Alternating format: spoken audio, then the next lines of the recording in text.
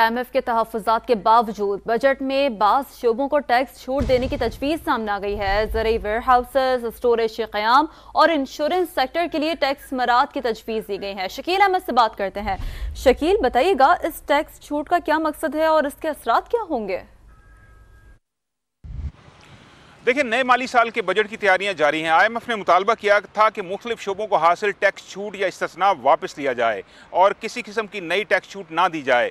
लेकिन हुकूमत पाकिस्तान मुख्तलिफ तजावीज़ पर गौर कर रही है, जिसमें बाज़ पैदावारी शोबों को टैक्स मुराद देने का फैसला किया गया है। इस हवाले से एक तजवीज़ ये तैयार की गई है कि ज़रूरी शोबे में स्टोरेज फैसिलिटीज़ और वेयर हाउसेस के क़याम के लिए जो आलात इंपोर्ट करने होते हैं उस पर 10 साल की टैक्स छूट दी जाए। तो ज़रूरी आलात के हवाले से 10 साल टैक्स छूट अगर दी जाए तो इससे मुल्क में फूड सिक्योरिटी यकीनी होगी और साथ साथ किसानों को जो हर साल करोड़ों रुपए का नुकसान होता है, क्योंकि चावल, गंदम समेत मुख्तलिफ जो अजनास हैं वो पोस्ट हार्वेस्ट सीज़न के दौरान बहुत सारी ज़ाया हो जाती हैं, तो वो अशिया ज़ाया नहीं हो पाएंगी और इसके अलावा जदीद वेयर हाउसेस और स्टोरेज फैसिलिटीज़ पाकिस्तान में कायम होंगी और मुस्तकबिल में हुकूमत पाकिस्तान को इस हवाले से टैक्स रेवेन्यू भी हासिल होगा।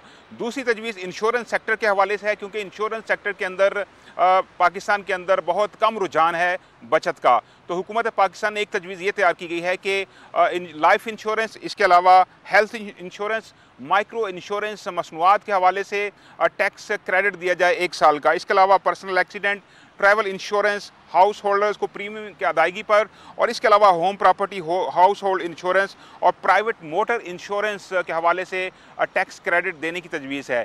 इन दोनों तजावीज़ पर FBR संजीदगी से गौर कर रहा है और अगले माली साल के बजट में इस हवाले से टैक्स मुराद देने का इम्कान मौजूद है। और अगर ऐसा हो गया तो ज़रूरी शोबे को बहुत फ़ायदा होगा और पाकिस्तान में इंश्योरेंस सेक्टर का जो बिज़नेस है, ख़ास तौर पर इंडिविजुअल जो इसमें इन्वेस्टमेंट करते हैं, उनको काफ़ी फ़ायदा होगा। जी, बहुत शुक्रिया, आपने आगाह किया।